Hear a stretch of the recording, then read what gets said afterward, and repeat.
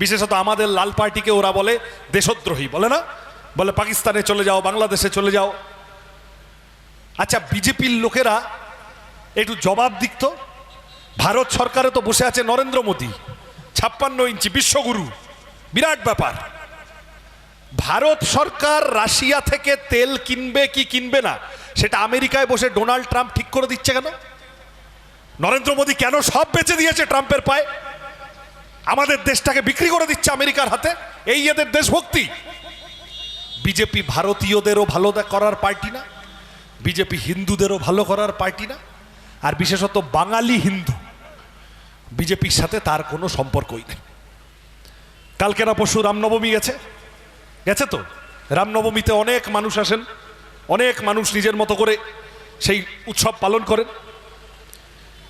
রামনবমী আমরা উপেন্দ্র কিশোর রায়চৌধুরীর রামায়ণ পড়েছি, আমরা কৃত্তিবাসের রামায়ণ পড়েছি, উত্তর ভারত জুড়ে তুলসীদাসের রামচরিত মানস বিখ্যাত। এখানে লোকেদের জিজ্ঞাসা করলে ছোটবেলা দূরদর্শনে, মানে আমার ছোটবেলা, আপনাদের সবার ছোটবেলা নাও হতে পারে, রামানন্দ সাগরের রামায়ণ মনে আছে? টিভিতে দেখাতো। তা আমাকে বলেন তো, একটা বইয়ের একটা পাতা দেখান দেখি যেখানে গিয়ে লেখা আছে রাম বা হনুমান বলছেন আমার নাম করে মসজিদের সামনে গিয়ে ঝামেলা কর। তাহলে এই যে রামের নাম করে, রামকে ব্যবহার করে একটা গুন্ডামি ভাব। আমাদের পাশের জেলা হাওড়ায় গতকালকেও পরশুও রামনবমীর দিন তলোয়ার নিয়ে বন্দুক নিয়ে মিছিল করেছে বিজেপির লোকেরা। এটা বাংলার সংস্কৃতি? আমাদের ধর্মাচরণ, আমাদের ইতিহাস বাইরে থেকে ওরা ঘাড়ের ওপরে চাপিয়ে এনে বসিয়ে দেবে। ওরা যাকে পুজো করতে বলবে, ওরা যে খাবারটা খেতে বলবে, ওরা যে পোশাকটা পরতে বলবে, ওরা যে ভাষাটা বলতে বলবে, সেইটাই বলতে হবে। এই হলো বিজেপির তাল। বিজেপি বাংলার বাঙালি হিন্দুর সংস্কৃতির সাথে। আমাকে বলেন দেখি, বাবা লোকনাথ নিয়ে বিজেপির কোনো মাথা ব্যথা দেখেন? বিজেপির কোনো মাথা ব্যথা দেখেন? চণ্ডী মণ্ডপ নিয়ে, অন্নপূর্ণা পুজো, নীলষষ্ঠী, মা মনসা, মা শীতলা, সরস্বতী পূজা নিয়ে বিজেপির কোনো মাথা ব্যথা দেখেন? কালী পূজা নিয়ে বিজেপির মাথা ব্যথা দেখেন? আমাদের গ্রামে ঘরে যে তুলসীতলা আছে সেই নিয়ে বিজেপির কোনো মাথা ব্যথা দেখেন? কোন ভগবানের পুজো করব আমরা, বিজেপি সেইটাও বাইরে থেকে এনে চাপিয়ে দেবে।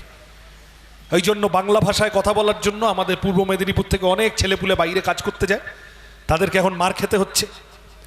অন্যান্য রাজ্যে খোঁজ নিয়ে দেখুন, বিজেপির লোকেরা মাছ মাংস খাওয়া বন্ধ করিয়ে দিচ্ছে। বিজেপি বাংলার সংস্কৃতির সাথে বিজেপির কোনো সম্পর্কই নেই। বিজেপি চৈতন্যদেবকে চেনে না, বিজেপি লালন ফকিরকে চেনে না, বিজেপি রামমোহন রায়কে ব্রিটিশের দালাল বলে, বিজেপি রবীন্দ্রনাথের গান গাইলে দেশদ্রোহিতার মামলা করে, বিজেপি সুভাষচন্দ্র বোসকে, আরএসএস, বিজেপির পুরনো লোকেরা, হিন্দু মহাসভা স্বাধীনতার সময় নেতাজি সুভাষচন্দ্র বোসকে দেশদ্রোহী বলেছিল। এই পূর্ব মেদিনীপুর তাম্রলিপ্ত জাতীয় সরকার, সতীশ পাকড়াশি থেকে সুশীল ধারা অবধি সব আমাদের বামপন্থী আন্দোলনের ইতিহাস সবাই নয়, পরে কংগ্রেস করেছেন এরকম নেতারাও আছেন। আমি যদি জিজ্ঞাসা করি স্বাধীনতা সংগ্রামে দেশের আরএসএস এর কটা লোক ছিল?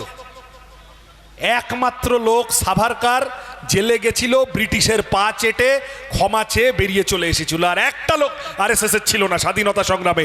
এই দেশ স্বাধীন করেছে এই লাল ঝান্ডার লোকেরা, এই দেশ স্বাধীন করেছে কংগ্রেসের লোকেরা, এই দেশ স্বাধীন করেছে অন্য পার্টির লোকেরা। আরএসএস কোথাও ছিল না।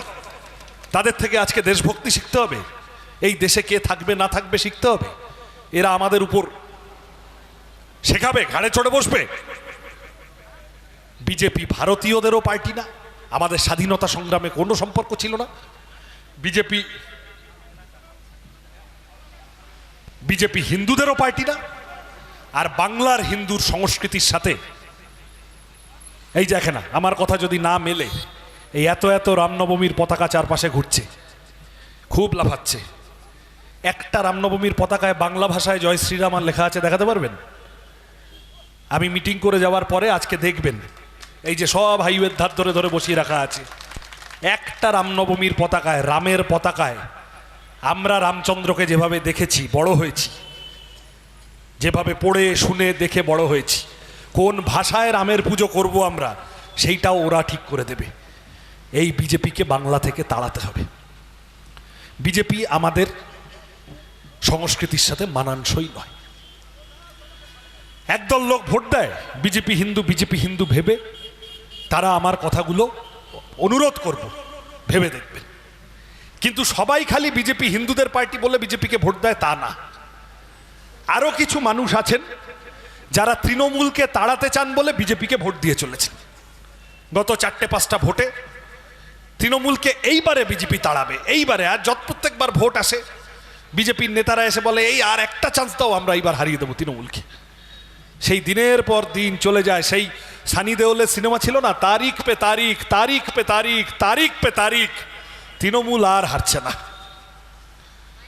2016 সালে আমার আগে বক্তা একজন বলছিলেন বামপন্থীরা 11 সালে বামফ্রন্টের সরকারটা চলে গেল। আমার কথাটা ভেবে দেখবেন। যারা সিপিএম করেন না, সমর্থন করেন না, কিন্তু তৃণমূলকে হারাতে চাইছেন, তাদেরকে আবেদন করছি একবার ভেবে দেখবেন। 2016 সালে, মাফ করবেন 11 সালে বামফ্রন্টের সরকারটা চলে গেল। তারপরে প্রথমবার বড় ভোট 2016, সিপিএম এর লোকেরা কোমর বেঁধে নামলো, বামফ্রন্টের লোকেরা সাথে কংগ্রেস ইত্যাদি ইত্যাদি সব হলো, তৃণমূলকে হারিয়ে দেব। এই আপনাদের পাশের কেন্দ্র পাঁশকুড়া পূর্বয় কম বয়সী ছেলে বামফ্রন্টের যুব নেতা ইব্রাহিম আলীকে মানুষ জেতালেন, জিতিয়ে পাঠালেন বিধানসভায়।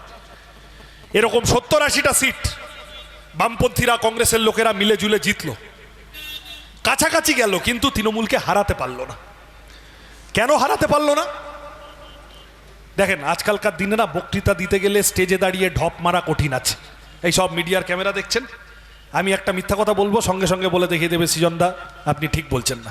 আমি পাল্টা চ্যালেঞ্জ দিচ্ছি, আমার কথা ভুল মনে হলে আমি বক্তৃতা করতে করতে ইন্টারনেট খুলে 16 সালের ভোটের রেজাল্টটা দেখে নেন, হিসাবটা দেখে নেন, দেখে নিয়ে বলেন আমি ঠিক বলছি না ভুল বলছি। 70-80টা সিট বামপন্থীরা জিতলো, আরও 70-80টা সিট বামপন্থীরা বা কংগ্রেসের লোকেরা জিততে পারত। তৃণমূলের সরকারটার 2016 সালেই অন্তর্জলি যাত্রা হয়ে যেত। বিজেপি ভোট কেটে, বিরোধী ভোট কেটে 1200, 1500, 1400, 1700, 1000, 2000 ভোটে বামপন্থী প্রার্থীরা বা কংগ্রেসের লোকেরা হারল। বিজেপি বিরোধী ভোট কেটে তৃণমূলের সরকারটাকে রেখে দিল। আর পরিবর্তে তৃণমূল কি দিল? আজকাল একটা হয়েছে, বলে কেউ কারুর জন্মদিনে উপহার নিয়ে গেলে আবার একটা রিটার্ন গিফট দেয়। তাহলে রিটার্ন গিফট তৃণমূল কি দিল? আপনাদের মনে থাকবে কংগ্রেসের সর্বজনশ্রদ্ধেয় নেতা ছিলেন জ্ঞান সিং সোহনপাল। খড়গপুর শহরে চাচা ডাকত লোকে, সবার কিছু মানুষ থাকেন না রাজনীতির ঊর্ধ্বে। জ্ঞান সিং সোহনপাল বহুদিন ধরে খড়গপুর শহরটা থেকে জিততেন, বিধানসভায় বিধায়ক ছিলেন। 2016 সালে বিজেপির লোকেরা ভোট কেটে তৃণমূলকে রেখে দিল সরকারে, বিরোধী ভোট কেটে। আর পরিবর্তে তৃণমূল 2016 সালে খড়গপুর শহরের ভোটে চাচা জ্ঞান সিং সোহনপাল কংগ্রেসের প্রার্থী, তাকে হারিয়ে তৃণমূলের লোকেদের ভোটে বিধানসভায় খাতা খুলল বিজেপি। খড়গপুর সদর থেকে নির্বাচিত হয়ে, তৃণমূলের ভোটে নির্বাচিত হয়ে বিধানসভায় গেলেন সেই দিনের বিজেপির রাজ্য সভাপতি দিলীপ ঘোষ। গিয়ে কি লাভ হয়েছে সবাই জানেন, গরুর দুধে সোনা খুঁজতে গেছেন, সে অন্য কথা। আমি এটা ভেঙে বললাম এই কারণে, কারণ বিজেপির লোকেরা পাড়ায় পাড়ায় গিয়ে বলবে যে নিরঞ্জন সিংকে ভোট দিস না, ভোট কাটবে। আমি কি এই কথা যদি কেউ বলে, আমার সিপিএম কর্মীদের কাছে আবেদন, পাড়ার মানুষের কাছেও আবেদন, পাল্টা বলবেন যে আচ্ছা সবই তো বুঝলাম, গতবার লোকসভা ভোট এই যে 2 বছর আগে হলো, মুর্শিদাবাদে সিপিএম এর 1 নম্বর নেতা দাঁড়িয়েছিল মোহাম্মদ সেলিম, তৃণমূলকে হারিয়ে দিত। তোরা বিজেপির লোকেরা মাঝখানে ভোট কেটে তৃণমূলকে জিতিয়ে দিলি, মোহাম্মদ সেলিম হেরে গেল। তার পাশের সিট বহরমপুর, কংগ্রেসের 1 নম্বর নেতা দাঁড়িয়েছিল অধীর চৌধুরী, লোকসভায় বিরোধী দলনেতা ছিল, তৃণমূলকে হারিয়ে দিত। বিজেপির লোকেরা ভোট কেটে অধীর চৌধুরীকে হারিয়ে দিল, তৃণমূলকে জিতিয়ে দিল। সুতরাং ভোট কাটুয়া বিজেপি আজ প্রথম তা নয়। বিজেপির কাজ হলো পশ্চিমবঙ্গে তৃণমূল কখনো বিপদে পড়বে পড়বে পড়বে পড়বে বুঝলেই তলায় সোফা কুশন নিয়ে হাজির হওয়া, যাতে তৃণমূল আছাড় খেলে ব্যথা বেশি না লাগে কোমরে।